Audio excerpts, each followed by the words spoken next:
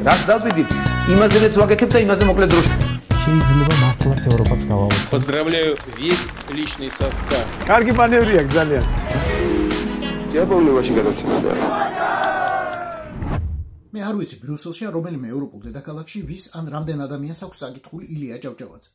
მაგრამ ფაქტია, რაც ევროკომისიამ გამოაქვეყნა ანგარიში საქართველოს შესახებ, არის პროზაული ვერსია, რასაც ილია წერდა ლექსად. ჩემზე დამბობენ ის სიავეს ქართლისას ამბობს, ჩვენს სულს არ მალავს, ეს ხომ ცხადი სიძულვილია. რა თქმა უნდა, ძალიან რთული წასაკითხია ის, რაც გამოაქვეყნა ევროკომისიამ, რაც თქვა ევროკომისიამ, მაგრამ ვერ იტყვი, რომ ან სიტყვა გადამეტებული ან რამეს ყვილად გვაბრალებენ. სამწუხაროდ არა.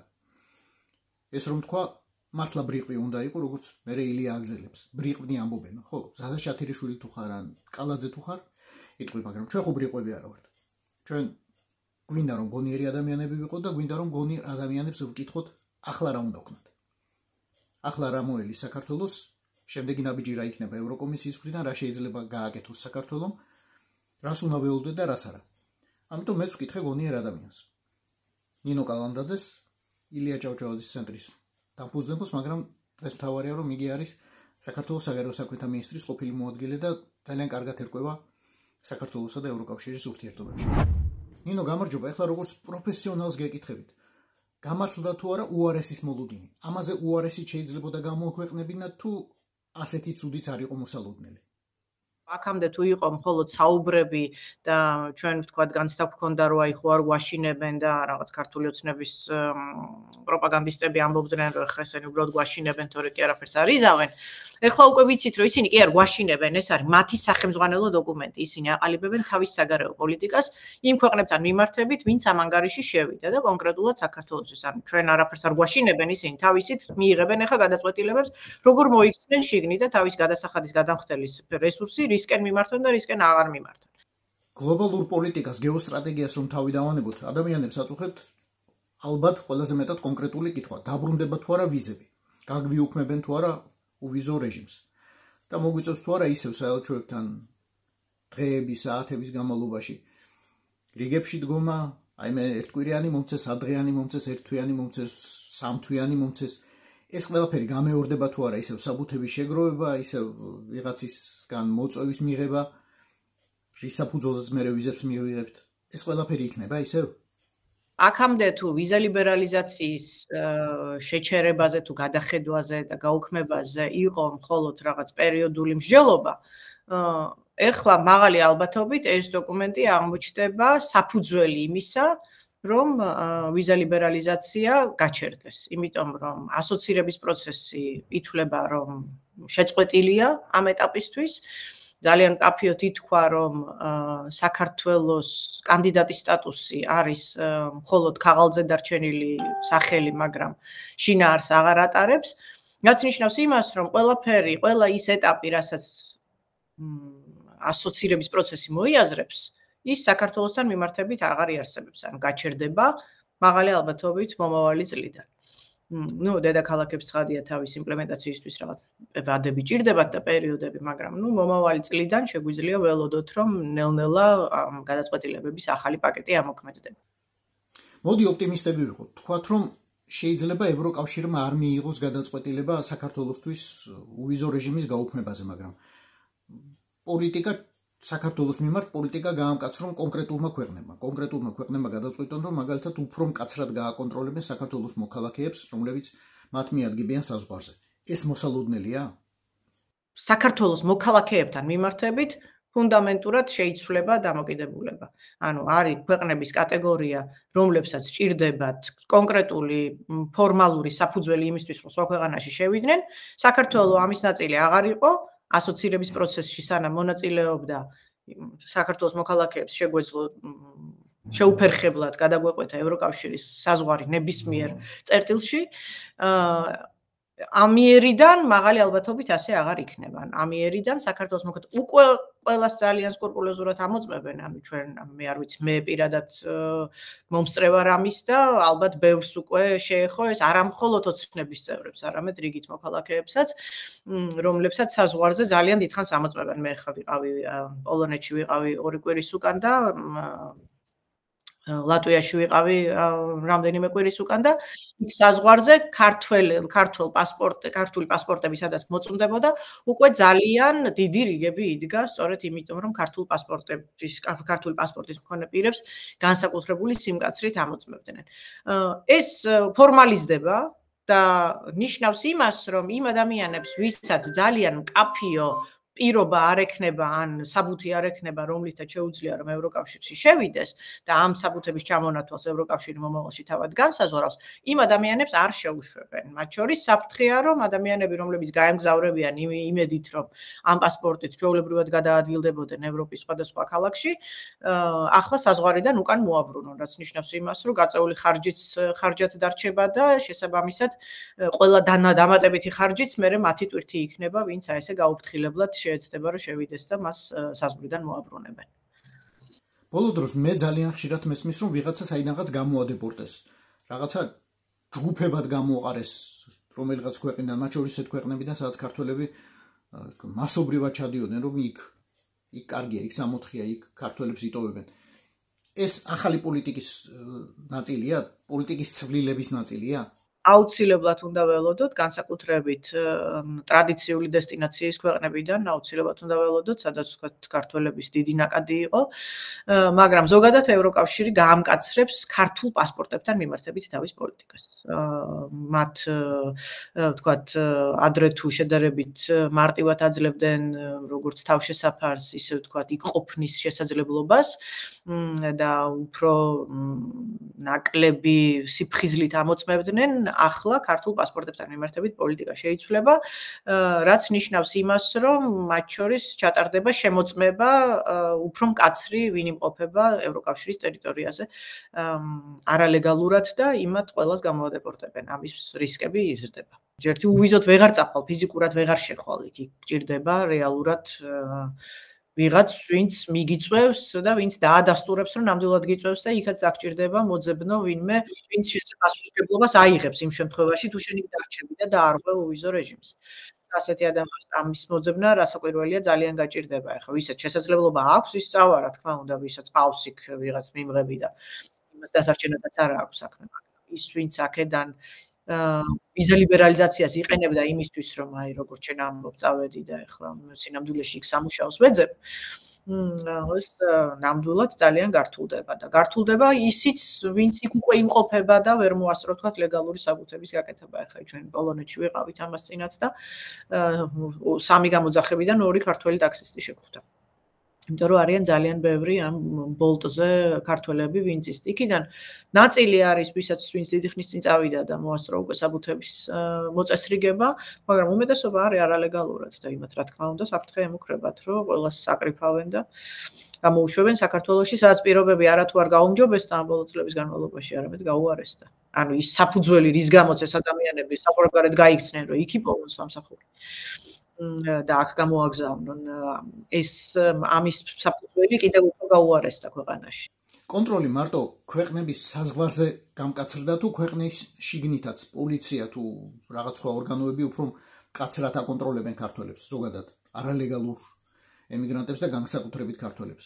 ჩვენ რო ვიყავით რიგის უსაფრთხოების კონფერენციაზე ჩასულები, პრაქტიკულად მოგთხოვეს დადასტურება იმისა მართლა მონაწილეობდით თუ არა ამ კონფერენციაში და მართლა ვიყავით თუ არა სპიკერები და ჩვენ დაგვჭირდა პროგრამის ჩვენება, სადაც ჩვენი ფოტოსურათები ჩანდა, რომ ნამდვილად ამ მონაწილეობთ და ამ ღონისძიების ოფიციალური წევრები ვართ. და ჩვენთან ერთად რიგში ვინც იდგა, იმათ უკვე ამოწმებდნენ, იმათ უკვე ეკითხებოდნენ, მანახე საჩერდები, მისამართი მიჩვენე და რომ ნამდვილად უკან დაბრუნდები და ვთქვათ, იყენებ თუ არა ამ ქვეყანას ტრანზიტულად. ამას აქამდეც უკვე ამოწმებდნენ, სწორედ იმიტომ, რომ არაფორმალურად სხვადასხვა ქვეყანაში მესაზღვრეებს უკვე მიუვიდათ ხმა, რომ საქართველოს მოქალაქეებთან მიმართებით მეტი სიფხიზლე და სიფრთხილე უნდა გამოიჩინონ. მაგრამ ახლა ეს ჩამონათვალი ისევ შევა ძალაში, რომელსაც ჩვენ ვიცნობთ 90-იანი წლებიდან და მე არ გამოვრიცხავ, რომ ეს ჩამონათვალი კიდევ გაფართოვდეს თანამედროვე პირობებიდან გამომდინარე, სადაც შესაძლოა მოქალაქეებს ბევრად მეტი საბუთი მოთხოვონ. მათ შორის პირველ რიგში იმ მოქალაქეებს, რომლებიც უბრალოდ ტურისტულად მიემგზავრებოდნენ, ან სარგებლობდნენ, ვთქვათ, საგანმანათლებლო თუ სამედიცინო ტურიზმით. ხო, აი სამედიცინო ტურიზმის ჩაკეტვა ალბათ ძალიან მტკივნეული იქნება, იმიტომ რომ მე ბევრი ადამიანი ვიცი, ვინც მაგალითად საფრანგეთში ჩაბარდა და ამით ცხოვრება გადაირჩინა, უბრალოდ სიცოცხლე შეინარჩუნა. ეს შესაძლებლობა თუ ჩაიკეტება, რეალურად ადამიანები დაიღუპებიან პირდაპირ მნიშვნელობით. ახლა რა თქმა უნდა ეს პირობები გამკაცრდება, ისინი ძალიან კონკრეტულად მოითხოვენ ყველა იმ კლინიკის ჩამონათვალს, უშუალოდ შეთანხმებას, რეალურად მიდიან თუ არა იქ, სადაც მიდიან, მართლა ელიან თუ არა მათ იქ და აქვთ თუ არა საბუთი, რომ უკან დაბრუნდნენ და აქვთ თუ არა ფინანსური სახსრები იმისა, რომ თუ ისინი არ დაბრუნდებიან, არ დააწვევიან ადგილსამყოფელ ქვეყანას ჯიბეზე. ეს საკმაოდ უკეთ ანხებს უკავშირდება, ეს არ არის რაღაც 1000 და 2000 евро გედოს ანგარიშზე და მაჩვენე და ასე მეგობარს ვთხოვე და დამიდო, ასე აღარ იქნება რასაკვირველი. საკმაოდ სოლიდურ თანხებზეა საუბარი, რომელსაც ისინი საგარანტიოდ მოითხოვენ. მოდი ეს ამბავი სტრუქტურულად ავხსნა, სტრუქტურულად დავხატოთ, აი როგორც აქვს ინგრედიენტები რო აწერია რაღაც საკვებს. ჩვენ გვაქვს ავტოკრატია, თუ არ ვიცი, დიქტატურა, ცუდი რეჟიმი, ცუდი ხელისუფლება, მაგრამ პორტუგალიისთვის რა იცვლება ამით?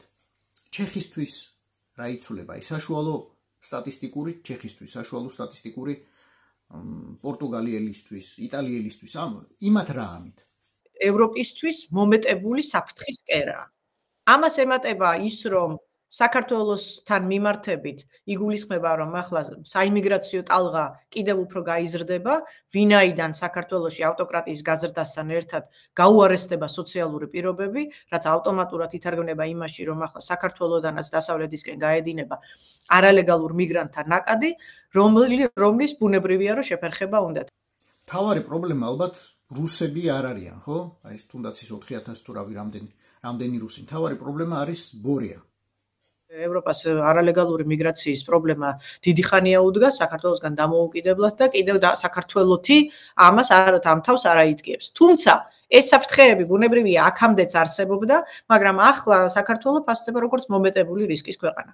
პირველი, იმიტომ რომ ავტოკრატიასთან ერთად სოციალური პირობები გაუარესდება, ეკონომიკური პირობები გაუარესდება, კრიმინოგენული სიტუაცია მეტად თქვათ მომეტებულ რისკის კერად შეფასდება და ამავდროულად იმიტომ რომ საქართველო არის რუსეთის მოკავშირე, შესაბამისად ეს არ არის რაღაცა პოლიტიკური სადამსჯელო აქტი, ეს არის ლოგიკური შედეგი იმისა, იმ პოლიტიკის, რომელსაც ივანიშვილი საქართველოში ბოლო 13 წლის განმავლობაში აწარმოებს.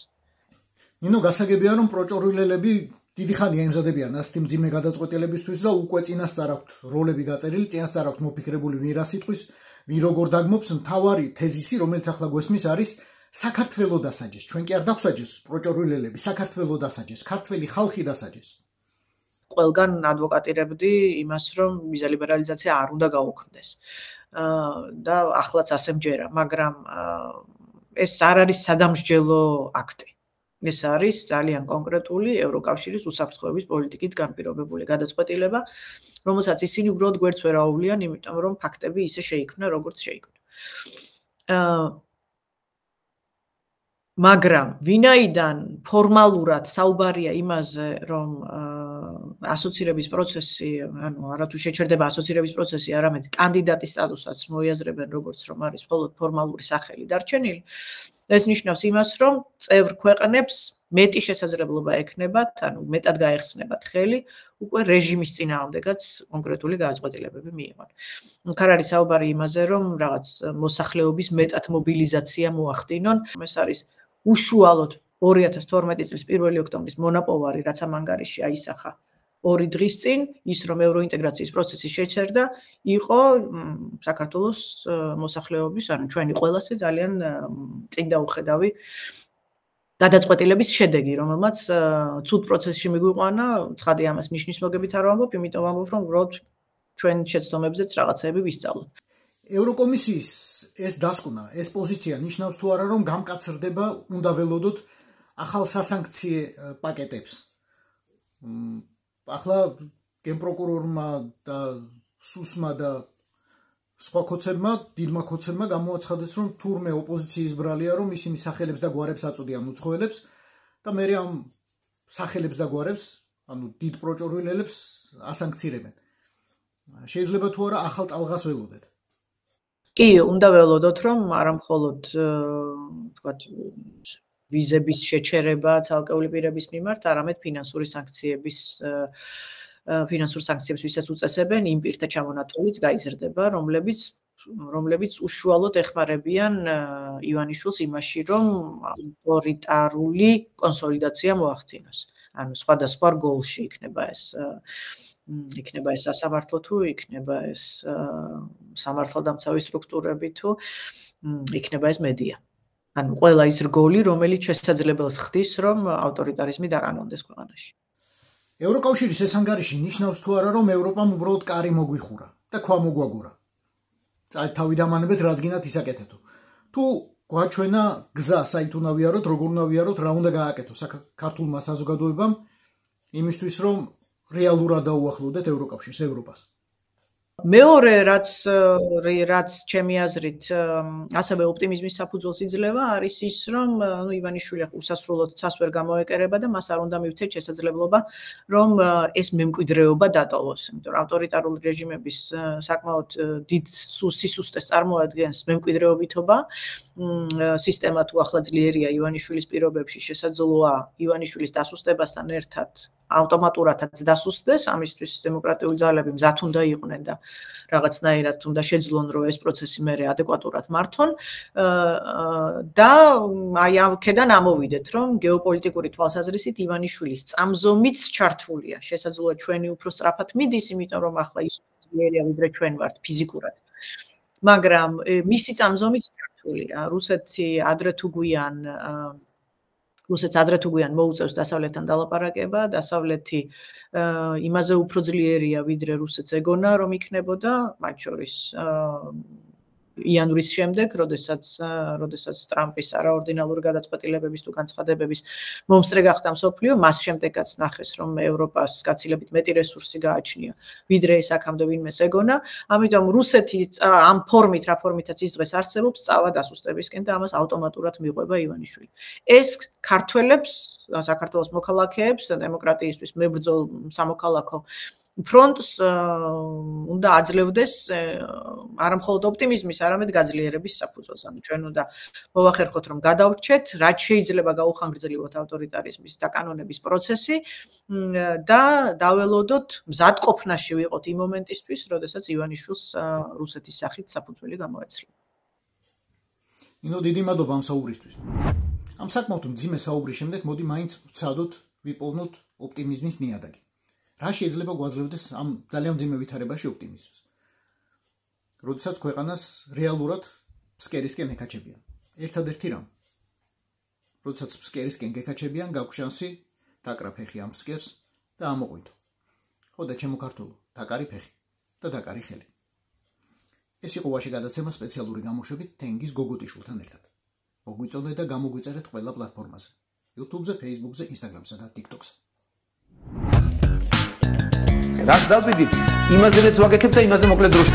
შეიძლება მართლაც ევროპაც გავავოთ. Поздравляю весь личный состав. კარგი მანევრია ძალიან. Я помню, ваше гадательное, да.